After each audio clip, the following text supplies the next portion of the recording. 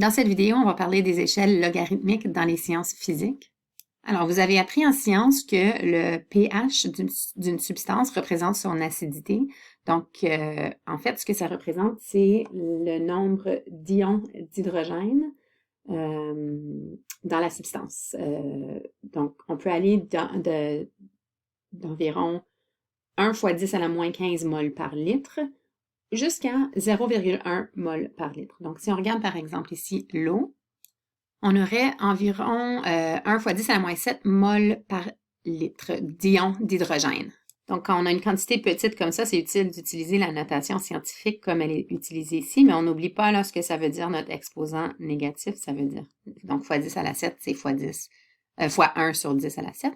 Donc, en fait, c'est parce que je suis en train de diviser par une très, très petite valeur. Donc, 1 fois 10 à la 7, ce sera... Ici, on voit bien que ça nous représente le nombre de zéros.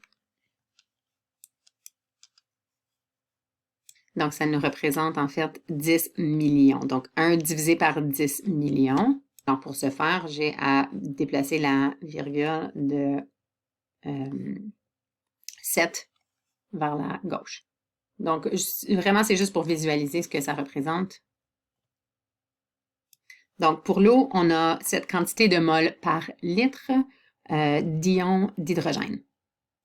Alors, si on regarde par exemple du nettoyeur d'évier, okay, donc le produit chimique qu'on utilise pour nettoyer les éviers, en anglais drain cleaner, on voit ici que la concentration d'ions d'hydrogène est beaucoup plus petite en moles par litre. Donc, on voit le rouge ici, là, ce sont nos ions d'hydrogène. Donc, si j'ai un produit nettoyant de tuyaux, par exemple, on aurait quelque chose qui est alcalin. Donc, beaucoup moins de moles d'hydrogène par litre. Si on regarde quelque chose d'acide, par exemple le vomi qui vient de notre estomac acidique, vraiment super beau comme couleur ici à l'écran, on a une concentration d'hydrogène beaucoup plus élevée, donc en moles par litre. Donc, je vais parler de l'acide de batterie plutôt. Donc, on voit ici qu'on a pas mal plus d'ions d'hydrogène. Ici, on peut les voir.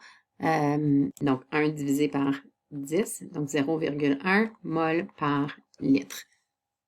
Donc, pour un spectre de produits comme l'acide de batterie, l'eau et les produits nettoyants, on peut avoir, en fait, un spectre de concentration d'ions d'hydrogène. Et puis, si on regardait ces quantités-là sur une échelle linéaire, on verrait en fait qu'est-ce qui arrive ici. C'est qu'on multiplie par 1 fois 10 à la moins 6, ou en autres mots, on divise par 1 million. Et puis, pareillement, ici, pour me rendre de l'eau, qui est un produit neutre, à un produit qui est alcalin, c'est une base. Ici aussi, on peut voir que la quantité d'ions d'hydrogène, ce qui est arrivé, c'est qu'on a... Et puis, en fait, mon produit nettoyant, c'était 1 fois 10 à la moins 13, désolé. J'ai mis un 0 de trop ici. Moins 13 plus 7 me donne moins 6. Donc, on voit aussi ici, c'est la même chose. On est en train de diviser par 1 million. Donc, diviser par 1 fois 10 à la 6. Donc, 6, 0 ici. Donc, on voit en fait qu'il y a une décroissance exponentielle. C'est à chaque fois divisé par un montant. Donc, c'est une décroissance exponentielle du nombre d'ions d'hydrogène. Donc, encore une fois, regardons nos boules rouges ici. Donc, grande concentration.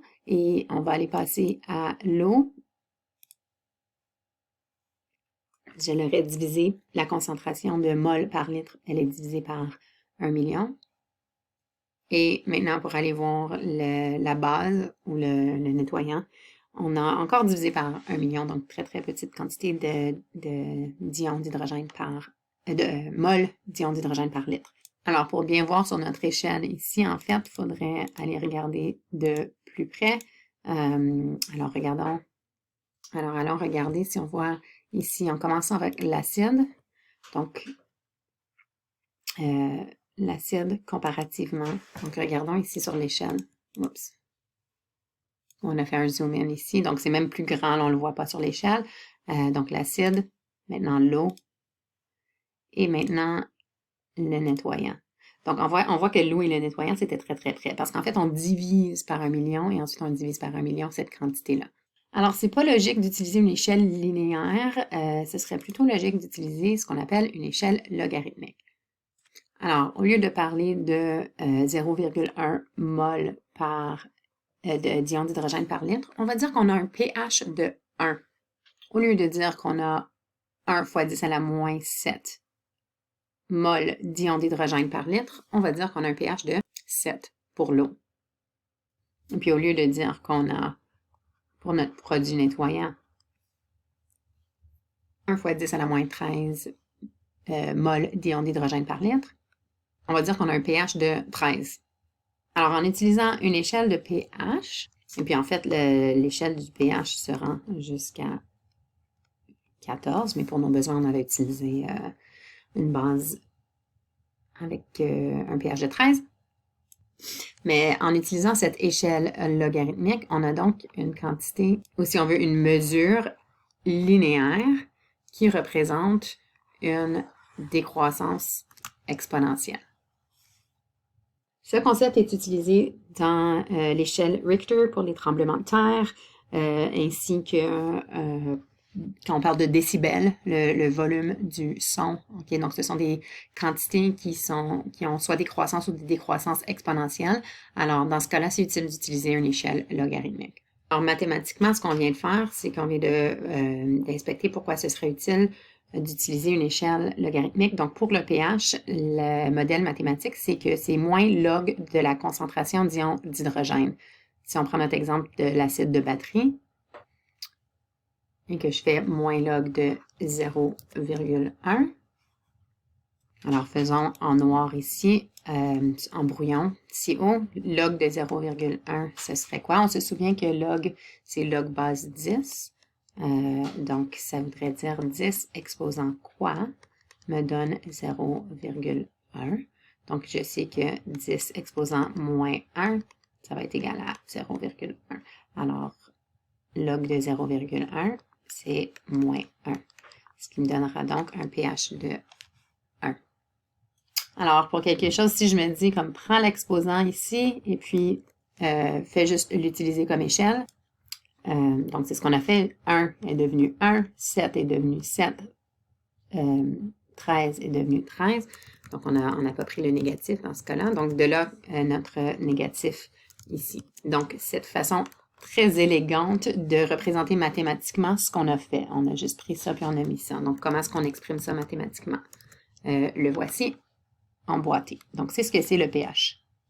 Donc, si on regarde notre application encore, on peut passer d'une échelle linéaire à une échelle logarithmique. Donc, beaucoup plus utile de passer à une échelle logarithmique quand on parle de la concentration d'ion d'hydrogène dans une substance. Donc, on est passé de acide, neutre et alcalin. Donc, on peut voir que ça se promène mieux sur notre échelle logarithmique ici. Donc, une décroissance ou une croissance, donc dans ce cas-ci, une décroissance exponentielle sur une échelle linéaire devient en fait une décroissance linéaire sur une échelle logarithmique. C'est donc beau, les mathématiques. Donc, allons voir des exemples. Alors, en fait, on va faire un exemple pour le pH, mais il y aura ABCD. Donc, je vais commencer avec celui-ci, et puis vous pouvez essayer le B, C et D. Donc, on y va. Donc, déjà, si c'est du jus de tomate, je devrais m'attendre à ce que ce soit acide. Donc, probablement que le pH sera certainement plus petit que 7, mais on va aller voir mathématiquement parlant. Donc, on sait que le pH, en fait, c'est moins log de la concentration d'ion d'hydrogène. Alors, voici notre réponse pour aller trouver ou en fait notre expression avant d'évaluer la réponse. On va évaluer en l'écrivant sous sa forme équivalente exponentielle. Donc, dans le modèle mathématique, pour le pH, c'est un log base 10 qui est utilisé. Donc, notre équivalence ici. En fait, avant d'aller écrire mon équivalence, je veux que mon log soit isolé. Donc, je vais juste envoyer le négatif de l'autre côté. Donc, on est d'accord qu'en faisant fois moins 1, des deux côtés, on a maintenant isolé le logarithme Je sais pas pourquoi je choisis d'utiliser des parenthèses carrées. Ça fait aucune différence. Donc, voilà. Donc, on va aller trouver l'équivalence maintenant. Alors, 10 à l'exposant moins pH va être égal à 0,0001. Donc, on est d'accord que ça, c'est la même chose que 10 à l'exposant 1, 2, 3, 4. Donc, 10 à l'exposant moins 4. Alors, puisque mes bases sont équivalentes, je peux dire que mes exposants sont égaux, donc moins pH est égal à moins 4. Donc le pH, si je divise par moins 1 des deux côtés, est égal à 4. Donc ce que j'ai fait en bleu, en fait, c'est parce qu'on va être plus intelligent que la calculatrice. C'est important quand on travaille avec les logarithmes de vraiment être plus intelligent que la calculatrice. Mais dans le fond, si j'avais ma calculatrice, je pourrais directement aller taper ça. Puis vous aurez la même réponse. Donc assure-toi de vérifier que tu sais comment utiliser la calculatrice pour trouver la réponse qui sera que le pH est égal à 4. Alors, on va passer maintenant à une question B que tu peux essayer en appuyant sur pause. OK, donc on demande ici, en fait, si c'est acide ou alcalin. Mais en fait, c'est très semblable à ce qu'on vient de faire. Un pH de 7, c'est neutre. Tout ce qui est en bas, c'est acide. Et tout ce qui est plus haut que 7, c'est alcalin. Alors, trouvez le pH. Donc, appuie sur pause, essaye-le. Allons voir la solution. Donc, je sais que le pH, par définition, le modèle mathématique pour le pH, c'est moins log base 10 de la nombre de concentration d'hydrogène. Donc, ce sera équivalent à ceci. On va isoler la fonction logarithme, ou l'expression logarithme plutôt, ici, du côté droit. Et on va réécrire ça sous sa forme équivalente pour aller trouver le pH. Donc, 10 était la base du logarithme. Notre exposant, c'est toujours ce qui est isolé, donc moins pH est égal à 4 fois 10 à la moins 7. Alors, cette fois-ci, c'était pas aussi simple. On n'avait pas une base tout simplement de 10, mais on a fois 4. Donc, c'est ce qu'on va faire au lieu de se fier à notre stratégie sans calculatrice. On va se fier à notre calculatrice. Donc, sur la calculatrice, si je fais moins log base 10 de 4 fois 10 à la moins 7, on obtient environ 6,4. OK, donc, puisque c'est plus grand que 7, sur l'échelle de pH, n'importe quoi qui est plus grand que 7, qui est neutre, 7 c'est neutre. Donc, si c'est plus grand, c'est alcalin. Alors, quand tu utilises ta calculatrice, toutes les calculatrices sont différentes. Et puis, en fait, pour faire 4 fois 10 exposant moins 7, OK, tu peux taper 4 fois 10 exposant moins 7. Mais normalement, les calculatrices vont avoir un raccourci pour faire ça. Donc, au lieu d'aller taper 4 fois 10 exposant moins 7 sur ta calculatrice, il devrait y avoir un bouton qui s'appelle soit E ou EE si tu ne le connaissais pas déjà. Donc, ce que ce bouton-là veut dire, donc par exemple, je taperais 4 E moins 7, parce que le bouton E veut dire, en fait, ça veut dire fois 10 à l'exposant, quelque chose. OK, donc ça veut dire fois 10 à la. Donc, tu peux juste taper ça dans ta calculatrice pour te sauver du temps, puis pas être obligé d'aller écrire tout ça. Donc, c'est un raccourci qui est très utile quand on est en train d'étudier des grandes ou des petites valeurs. Donc, ici, c'est une très petite valeur parce que j'ai un exposant négatif. Donc, sachez comment utiliser votre calculatrice. Si vous avez des questions, évidemment, vous pouvez me les poser. On va maintenant passer à une question C. Alors, pour la question C, on va dans le sens inverse. Ici, je te donne le pH du jus d'orange et j'aimerais que tu me donnes la concentration d'ions d'hydrogène, donc en mol par litre. Appuie sur pause et essaye-le. Alors maintenant, voir la solution. Donc, on sait par définition que le modèle mathématique pour le pH, c'est le pH est égal à moins log base 10 de la concentration d'ions d'hydrogène en mol par litre. Donc ici, ce qu'on cherche, c'est H+. Donc, mon inconnu est à l'intérieur de mon logarithme.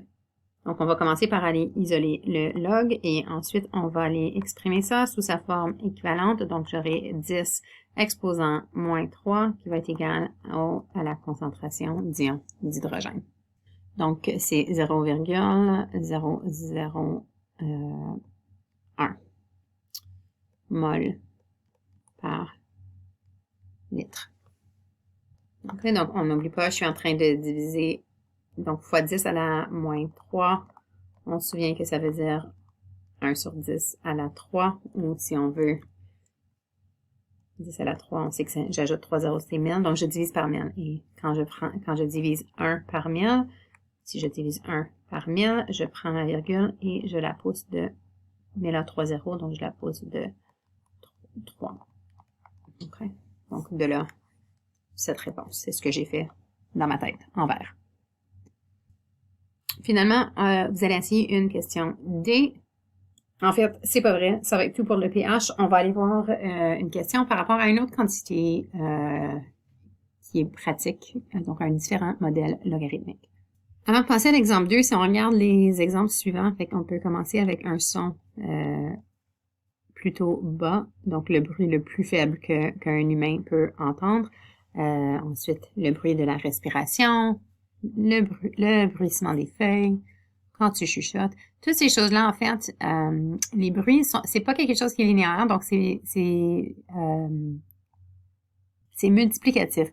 Donc, le chuchotement est X fois moins puissant. Puis quand on parle de puissance, en fait, c'est des watts par mètre carré. Mais c'est pas le but de la vidéo, là. Donc, mais c'est ça. Donc, ce sont des quantités. Donc, la pluie modérée, c'est X fois plus fort que le réfrigérateur. Donc, pour cette raison, l'échelle du bruit, c'est logique qu'on utilise une échelle logarithmique. Donc, quand les sons sont écartés sur une très grande distance et qu'ils augmentent de façon exponentielle comme ça, c'est intéressant de le mettre sur une échelle logarithmique. Alors, l'équation suivante. Et en fait, c'est l'équation suivante. Il y a un 10 en avant. Je viens de tout faire la vidéo, puis j'avais oublié mon 10, donc j'ai recommencé. Donc, voici l'équation, la bonne équation. 10 fois log de I2 sur I1. Donc, ce que ça veut dire ça, donc on a bêta 2 moins bêta 1. Ce sont juste des noms de variables, mais ce que ça veut dire, c'est la différence entre des niveaux sonores en décibels. Donc, les niveaux sonores en décibels, c'est des niveaux qui sont prédéterminés, ils sont basés sur un niveau de son de base, mais en fait, on peut les rechercher. Donc, je sais que par exemple, pour les feux d'artifice, c'est 140 décibels. OK, donc c'est l'unité de mesure des sons. Alors, dans la question, on va comparer la conversation au chuchotement. Donc, le chuchotement, c'est 30 décibels. Conversation, 60 décibels. Donc, l'échelle décibels qu'on vient de voir, vous pouvez rechercher en ligne. Sinon, elle se trouve aussi à la page 351 de votre manuel. Donc, ici, si on fait l'exemple suivant, donc, combien de fois plus intense est le son d'une conversation normale par rapport au chuchotement. OK? Donc, c'est d'aller voir dans l'échelle, je sais, et puis je vais aller remplacer mes valeurs. OK? Donc, je sais que si je veux savoir combien de fois plus intense, donc on cherche en fait I2 sur I1 est égal à quoi? C'est ce qu'on cherche. OK? Donc, quel est le rapport des intensités sonores? En passant, les intensités sonores est en watts par mètre carré. Ici, nos unités vont s'éliminer de toute façon, donc c'est pas super important, mais pour les curieux, c'est ce que ça veut dire quand on parle de la puissance du son. Donc, c'est des watts par mètre carré. Donc, combien de fois plus intense? B2, ça va être le niveau sonore en décibels de mon son qu'on avait dit qui était 60 décibels, conversation normale. Et puis ici, on a recherché ça sur l'échelle. Quand un chuchotement, c'est 30 décibels. Donc, on a juste à aller remplacer ça dans notre modèle mathématique pour la différence des niveaux sonores. Donc, je vais avoir 60 moins 30 est égal à 10 log de mon rapport des intensités sonores, qui est ce que je cherche. Et puis, c'est ça. Donc, on aura 30 du côté gauche de mon égalité. 60 décibels moins 30 décibels me donne 30 décibels. Quand je veux résoudre une équation logarithmique, quand l'inconnu est à l'intérieur de mon log, important, je veux isoler le log d'abord. Donc, on aura que 3 est égal à log du rapport de mes intensités. Donc, ici, pour aller trouver, on sait que c'est log base 10, donc je vais écrire ça sous sa forme, son équivalence. Donc, 10 exposant 3, ça va être égal à mon rapport des intensités. Et voilà, donc je sais que le chuchotement va être 1000 fois, donc 10 à l'exposant 3, c'est 1000, donc 1000 fois moins fort, moins intense, c'est-à-dire que la conversation normale. Donc, voilà. Puis c'est pour chaque 30 décibels, en fait, l'intensité du son est toujours 1000 fois plus grand, selon le modèle, pour le son. Un dernier modèle logarithmique que vous allez utiliser dans vos devoirs, c'est en fait l'échelle Richter, the Richter scale en anglais. Donc, dans ce modèle mathématique, M représente la magnitude des séismes, en d'autres mots, la grandeur du tremblement de terre. Et puis, le rapport I sur I0, donc c'est le rapport de l'intensité d'un séisme, par rapport à une intensité de base, donc une secousse sismique normale à faible magnitude. Donc, cette équation vous sera utile dans votre devoir. Elle se trouve aussi à la page 352. Donc, vous allez essayer différentes questions par rapport au modèle logarithmique, soit le pH, soit le son en décibels, ou soit des quantités sur l'échelle Richter.